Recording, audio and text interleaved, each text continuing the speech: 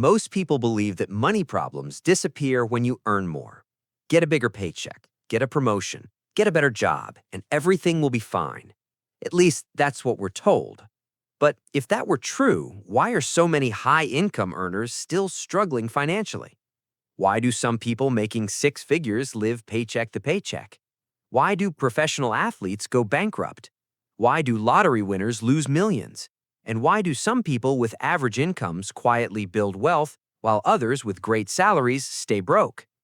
Because the truth is uncomfortable.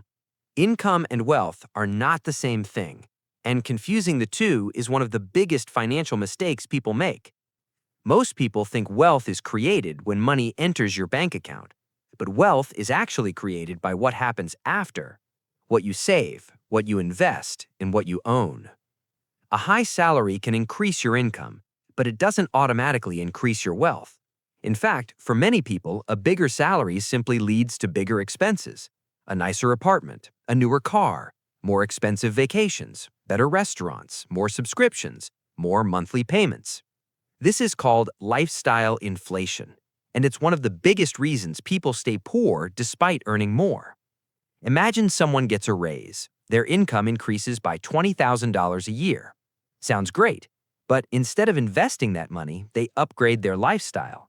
They buy a luxury car, move into a more expensive neighborhood, increase their spending, and within months, their financial situation looks almost exactly the same.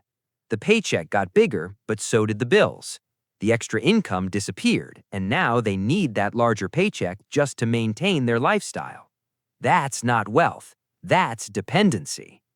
The wealthy often think differently. When their income grows, their first instinct isn't always to spend more. It's to buy assets, investments, businesses, real estate, things that can generate future income. Because wealthy people understand a simple principle: if every raise immediately improves your lifestyle will always grow faster than your wealth, and eventually you'll earn more than ever while still feeling broke.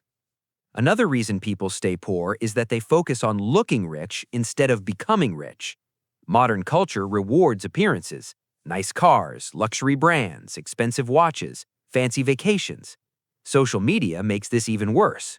People constantly compare themselves to others, and many spend money trying to signal success. But appearances can be deceiving. The person driving the luxury car may be drowning in debt.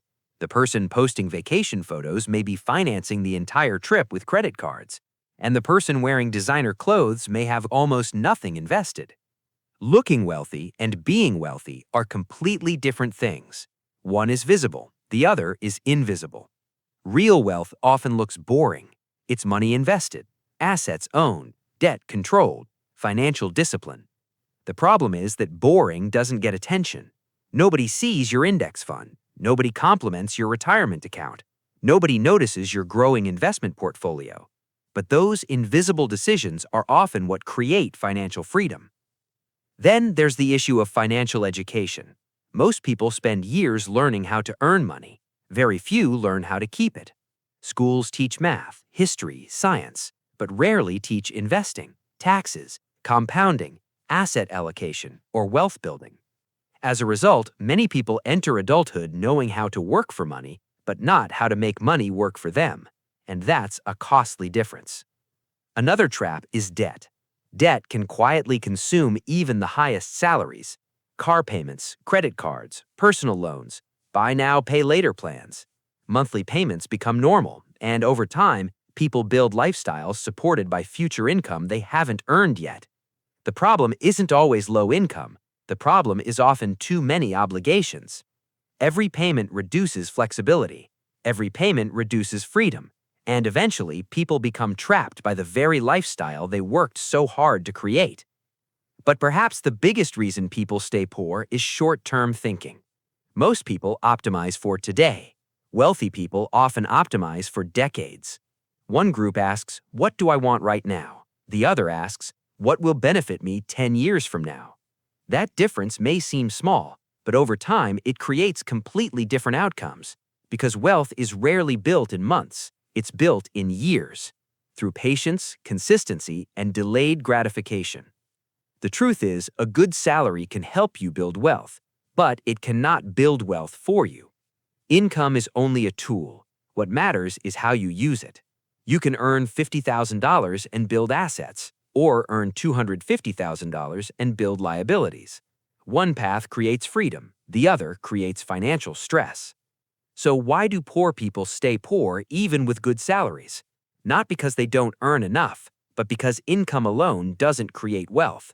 Spending habits matter, investing habits matter, financial discipline matters, and the ability to think long-term matters.